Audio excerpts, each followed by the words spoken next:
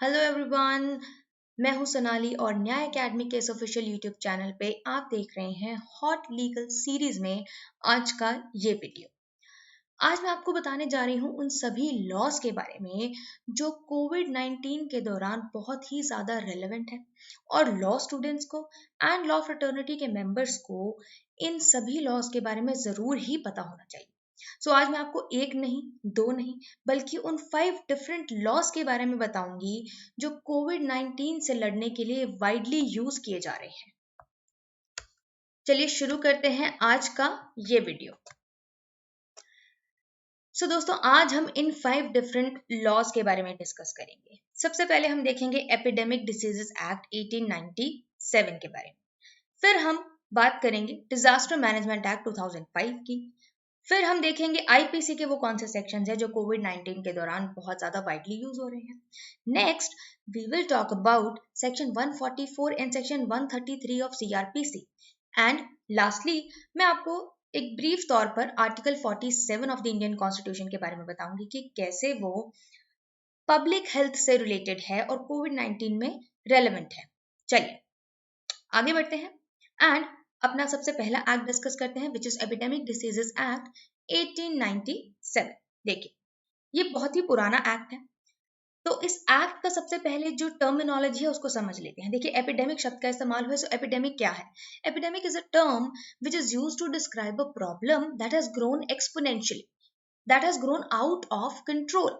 And generally epidemic term जो है ऐसी कम्युनिकेबल डिसीजेस को रेफर करने के लिए इस्तेमाल की जाती है जो कि बहुत कम टाइम में बहुत ज्यादा पॉपुलेशन में स्प्रेड हो गई है ना।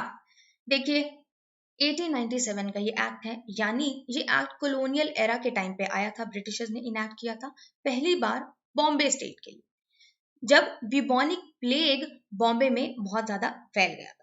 And it was basically enacted to restrict people from gathering in large numbers. And जो object था एक्ट का, it was to prevent the spread of dangerous epidemic diseases such as bubonic plague, COVID-19 and many others. ये 123 साल पुराना legislation है और बहुत ही छोटा सा एक्ट है। ये सिर्फ 4 ही प्रोविजन इसके अंदर हैं जो अलाउ करते हैं किसी भी स्टेट को कि वो इंस्पेक्ट कर सकते हैं लोगों को who are travelling by railways, ships. Air तो ऑप्शन नहीं था, एयर ट्रैवल ऑप्शन नहीं था उस टाइम पे। Those people who are travelling through railways, ships, इनको इंस्पेक्ट कर सके और सेग्रीगेट कर सके उन सस्पेक्ट्स को, suspects not of crime but suspects of diseases. Segregate कर सके उन सस्पेक्ट्स को इन हॉस्पिटल्स या टेम्परेरी अकोमोडेशंस और अदरवाइज। चलिए नाउ फटाफट से इसके जो सारे प्रोविजंस हैं, 4 ही सेक्शंस है इसके अंदर, मैंने जैसे आपको बताया बहुत ही छोटा सा एक्ट है। ब्रीफली देख लेते हैं कि क्या कहते हैं सारे सेक्शंस। हर एक्ट का जो पहला सेक्शन है वो टाइटल एंड एक्सटेंट है, इसका भी यही है, टाइटल एंड एक्सटेंट के बारे में बताता है। सेक्शन 2 जो है वो एम्पावर करता है state governments and union territories को कि वो आउटब्रेक को कंटेन करने के लिए, किसी भी डिजीज के आउटब्रेक को कंटेन करने के लिए नेसेसरी रेगुलेशंस फॉर्मुलेट कर सकते हैं, बना सकते हैं। सेक्शन 3 जो है सिंपली पेनल्टीज के बारे में बताता है कि अगर इस एक्ट के तहत बनाई गई रेगुलेशंस को कोई पर्सन या कोई भी लोग डिसोबे करते हैं तो क्या पेनल्टीज उनको फेस करनी पड़ेंगी। एंड लास्टली सेक्शन 4 जो है it gives legal protection to the implementing officers under the act, यानी इस एक्ट के तहत जो लोग इस एक्ट को इम्प्लीमेंट करने में, जो ऑफिसर्स इस एक्ट को इम्प्लीमेंट करने में मदद कर रहे हैं, उनको एक तरह से लीगल प्रोटेक्शन या इम्यूनिटी प्रोवाइड करता है ये act. Now as per this law, whenever the country or any state or any part of the country or any state, यानी इस लॉ के हिसाब से अगर इंडिया एज अ कंट्री या इंडिया की कोई भी स्टेट या part of a country, India का कोई भी हिस्सा या part of any state face कर रहे हैं कोई भी डेंजरस एपिडेमिक डिसीजेस को, तो वहां पर अगर एग्जिस्टिंग जो प्रोविजंस हैं ऑर्डिनरी लॉ के वो सफिशिएंट नहीं है उस एपिडेमिक डिजीजेस से, उस आउटब्रेक को कंटेन करने के लिए, उसके स्प्रेड को रोकने के लिए, तो वहां पर ये एक्ट जो है एम्पावर करता है सेंटर और स्टेट गवर्नमेंट्स को कि वो नेसेसरी मेजर्स ले सकते हैं इस डिजीज को, इस एपिडेमिक को, इसके आउटब्रेक को स्प्रेड होने से रोकने के लिए। तो बेसिकली ये एक्ट जो है हमें it is resorted in those cases where the ordinary laws are not sufficient to deal with the problem in hand. देखिए जैसे कि आपको पता होगा कि पब्लिक हेल्थ जो है वो एक स्टेट लिस्ट का सब्जेक्ट है। Public health is a subject under state list, और ये जो लिस्ट है, जो 3 लिस्ट है, ये हमारे कॉन्स्टिट्यूशन के 7 शेड्यूल में प्रोवाइडेड है। और इसीलिए सेंटर का जो रोल है इस एक्ट के तहत वो मेयरली एडवाइजरी है, and the onus of invoking and imposing laws as well as regulations primarily lies on the state. तो स्टेट्स के ऊपर ये सारा ओनर्स है कि एपिडेमिक डिजीज एक्ट या जो भी एक्ट्स हैं ऐसे, इनको इन्वोक और इम्पोज करना स्टेट के ऊपर है। चलिए, अब मैंने वो इंस्टांसेस कुछ डिस्कस किए हैं जहां पे पहले भी इस एक्ट का इस्तेमाल किया गया है, इस एक्ट की मदद ली गई है, इसे पहले भी इन्वोक किया गया है। So I have discussed only the recent instances. ये टाइमलाइन मैंने यहाँ पे बनाई है। देखिए 2018 में रिसेंटली गुजरात के वडोदरा डिस्ट्रिक्ट में कॉलेरा से अफेक्टेड एक विलेज में ये एपिडेमिक डिजीजेस एक्ट वहां के डीसी ने इन्वोक किया था। 2015 के अंदर चंडीगढ़ में to deal with malaria and dengue इस एक्ट का यूज किया गया था। 2009 में Pune to tackle swine flu outbreak. Section 3 जो है इस एक्ट का वो पनिशमेंट की बात करता है, पेनल्टी की बात करता है, और अगर इस एक्ट के तहत बनाए गए रेगुलेशंस को कोई भी डिसोबे करता है तो आईपीसी के सेक्शन 188 के अंदर पनिशमेंट है, and that is imprisonment ranging from 1 to 6 months। और 188 के अंदर कन्विक्शन करने के लिए इंटेंशन जरूरी नहीं है उस पर्सन की, कि उसकी इंटेंशन नहीं थी हार्म कॉज करने की। Intention is not a necessary element. Also states 144 CrPC के तहत ऑर्डर्स इशू कर सकती हैं to restrict public gatherings and impose curfew, और 144 के ऑर्डर को अगर कोई वायलेट करता है उसकी भी पनिशमेंट सेक्शन 188 आईपीसी के तहत ही प्रोवाइड की गई है। जैसा कि हमने पहले भी डिस्कस किया था, सेक्शन 4 जो है एपिडेमिक डिजीज एक्ट का वो कहता है कि जिन ऑफिसर्स को ये दायित्व दिया गया है, ये रिस्पॉन्सिबिलिटी दी गई है कि उन्होंने इस एक्ट के तहत ऑर्डर्स को एनफोर्स कराना है, रेगुलेशंस को एनफोर्स कराना है, they are protected from prosecution, अगर वो कुछ भी ऐसा करते हैं गुड फेथ में इस एक्ट को इम्प्लीमेंट करने के लिए। सो बेसिकली उनको एक इम्यूनिटी प्रोवाइड की गई है। चलिए, now let's talk about our next act, Disaster Management Act 2005। Salient features देख लेते हैं फटाफट से इस एक्ट के। देखिए ऑब्जेक्ट क्या है इस एक्ट का, टू मैनेज डिजास्टर्स, नाम से ही पता चल रहा है, to manage disasters, preparing mitigation strategies, capacity building and many more. तो डिजास्टर क्या है इस एक्ट के तहत, हमने देख लिया कि ऑब्जेक्ट तो है to manage disaster. Now what includes disaster, what all things are included in disaster। so act के अंदर ही डेफिनेशन प्रोवाइड की गई है जिसके तहत ये बोला गया कि disaster includes any catastrophe, mishap, calamity, grave occurrence in any area, चाहे वो नेचुरल कॉजेस के कारण है या मैन मेड कॉजेस के कारण है, और बाय एक्सीडेंट और negligence, which results in substantial loss of life और ह्यूमन सफरिंग और damage to and destruction of property और damage to और degradation of environment। so ये सारी चीजें हैं जो डिजास्टर के तौर पे काउंट की जाती हैं। बट होम मिनिस्ट्री ने 14 मार्च को नोटिफिकेशन निकाल के ये डिक्लेयर कर दिया कि जो कोरोना वायरस आउटब्रेक है that is a notified disaster. So disaster की डेफिनेशन के अंदर होम मिनिस्ट्री ने एक नोटिफिकेशन निकाल के कोरोना वायरस को नोटिफाइड डिजास्टर के तौर पे डिक्लेयर कर दिया। क्योंकि बेसिकली जब हम डिजास्टर के बारे में सोचते हैं we think of earthquakes, flood, fires, so disease का नहीं सोचते हैं, but this epidemic is no less than a disaster, hence home ministry ने ये कदम उठाया। नाउ Center has invoked the Disaster Management Act to direct states to enforce lockdown and restrict public movement। तो लॉकडाउन के लिए और पब्लिक मूवमेंट को रिस्ट्रिक्ट करने के लिए इसी एक्ट को इन्वोक किया गया है। अभी एक्ट फंड की भी बात करता है। This law allows government to get access to NDRF, national disaster response fund. Similarly एक स्टेट डिजास्टर रिस्पॉन्स फंड बनाया गया है, एक डिस्ट्रिक्ट डिजास्टर रिस्पॉन्स फंड भी है। सो इस एक्ट के तहत गवर्नमेंट जो है रिलीफ मेजर्स प्रोवाइड करने के लिए इन फंड्स का इस्तेमाल कर सकती है। पेनल्टीज की अगर बात करें तो सेक्शन 51 to 60 जो है इस एक्ट का, डिजास्टर मैनेजमेंट एक्ट का, वो पेनल्टीज ले डाउन करते हैं फॉर स्पेसिफिक ऑफेंसेस। और अगर कोई भी पर्सन किसी ऑफिसर या एम्प्लॉय को ऑब्स्ट्रक्ट करता है, उनको अपनी ड्यूटी परफॉर्म करने से रोकता है, तो उसको इम्प्रिजनमेंट हो सकती है 1 year की, विच मे एक्सटेंड टू 1 year, और फाइन भी, या फिर वो further If any such act of obstruction leads to loss of lives or imminent danger, then that person can even be jailed for up to 2 years. तो यहाँ पे सजा जो है थोड़ी बढ़ा दी गई है, 2 साल तक की कर दी गई है. फेक न्यूज तक इस एक्ट के तहत जो है पनिशेबल किया गया है. So this is very interesting section जो डिजास्टर मैनेजमेंट एक्ट के अंदर हम पढ़ेंगे, सेक्शन 52, जो कि ये कहता है people intentionally making false claims to get benefits from the government. जो फॉल्स क्लेम्स कर रहे हैं गवर्नमेंट से बेनिफिट लेने के लिए इस एक्ट के तहत, तो कोई भी फेक न्यूज या फॉल्स क्लेम्स अगर फैला रहे हैं, फॉल्स रूमर्स फैला रहे हैं, so they can be imprison under this act for up to 2 years. And जो सेक्शन 54 है इस एक्ट का, वो फॉल्स अलार्म की बात करता है. So if anyone creates a false alarm, 1 year की इम्प्रिजनमेंट उस केस में प्रोवाइड की गई है. नाउ तीसरा जो हमारा एक्ट है या तीसरा जो हमारा लॉ है जिसको हमने डिस्कस करना है आज के इस वीडियो में, that is IPC, Indian penal code 1860, lord Macaulay ने जो बनाया था. चलिए यहाँ पे देखिए हम सिर्फ इंपॉर्टेंट प्रोविजन से डिस्कस करेंगे. सेक्शन 188 से शुरू करते हैं.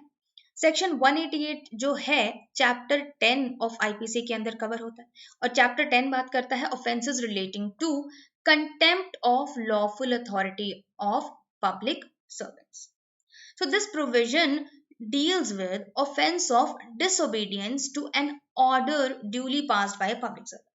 यानी पब्लिक सर्वेंट के द्वारा पास किए गए किसी भी ऑर्डर को अगर आप डिसोबे करते हैं, that is an offence in itself, and section 188 उसको पनिशेबल करता है.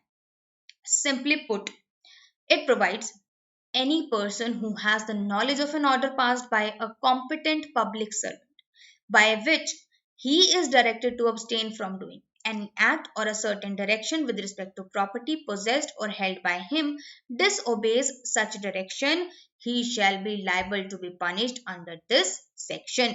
यानी कोई भी पर्सन जिसको नॉलेज है कि ऐसा कोई ऑर्डर पास किया गया है पब्लिक सर्वेंट के द्वारा, और अगर वो उस ऑर्डर को डिसओबे करता है, नोइंगली डिसओबे करता है, उनकी पब्लिक सर्वेंट द्वारा पास की गई डायरेक्शंस को डिसओबे करता है, सो उनको इस सेक्शन के तहत पनिश किया जाएगा.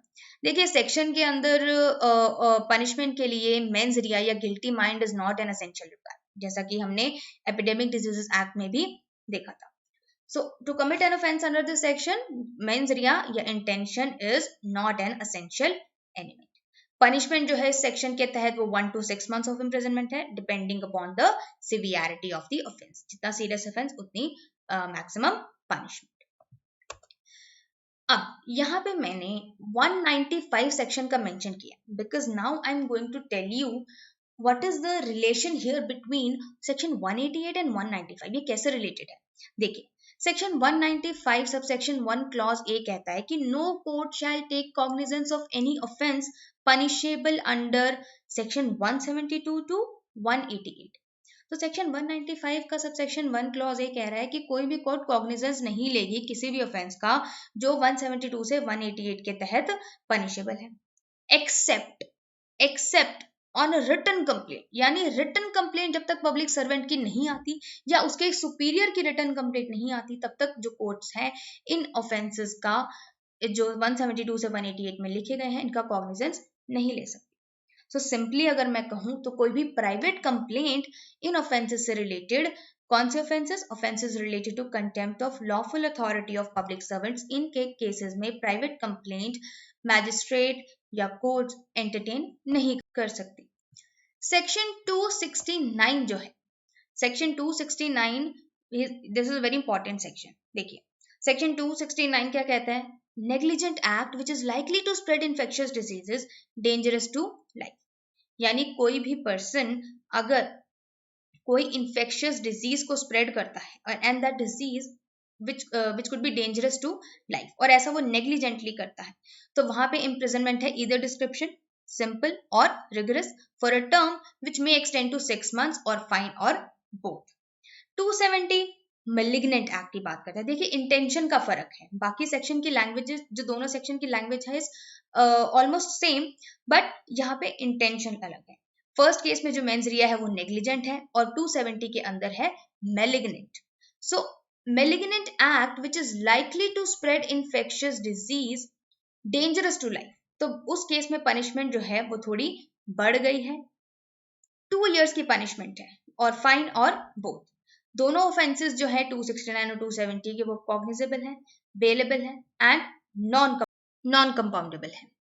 देखिए कनिका कपूर का केस अगर आपको पता हो, ये न्यूज में था काफी टाइम से। कनिका कपूर जो फेमस सिंगर हैं बेबी डॉल वाली, उनको बुक किया गया था इन्हीं 3 सेक्शंस के तहत, सेक्शन 188, सेक्शन 269 एंड 270 के तहत उनको बुक किया गया था, because she did not place herself in quarantine and she attended meetings after coming from a foreign country. So यहाँ पे सेक्शन 188, 269 और 270 उन पर एप्लीकेबल, उन पर बेसिकली इनसे चार्ज किया गया था। Next is section 271 which talks about disobedience to quarantine rule. तो क्वारंटीन रूल को कोई डिसोबे करता है तो वहां पे 6 मंथ की पनिशमेंट, फाइन और बोथ। चलिए लास्टली जो हम बात करेंगे वो है क्रिमिनल प्रोसीजर कोड 1973 की। इसमें बेसिकली हमें सिर्फ 2 ही सेक्शंस जो हैं उनको डिस्कस करना है जो इंपॉर्टेंट है इस टाइम पे। तो सेक्शन 144 आपने बहुत सुना होगा जम्मू कश्मीर के अंदर एंड बहुत सी स्टेट्स में, जब भी पीस जो है डिस्टर्ब होती है, कोई पब्लिक पीस को बेसिकली प्रिजर्व करने के लिए या न्यूसेंस को जो है प्रिवेंट करने के लिए इस सेक्शन को यूज किया जाता है।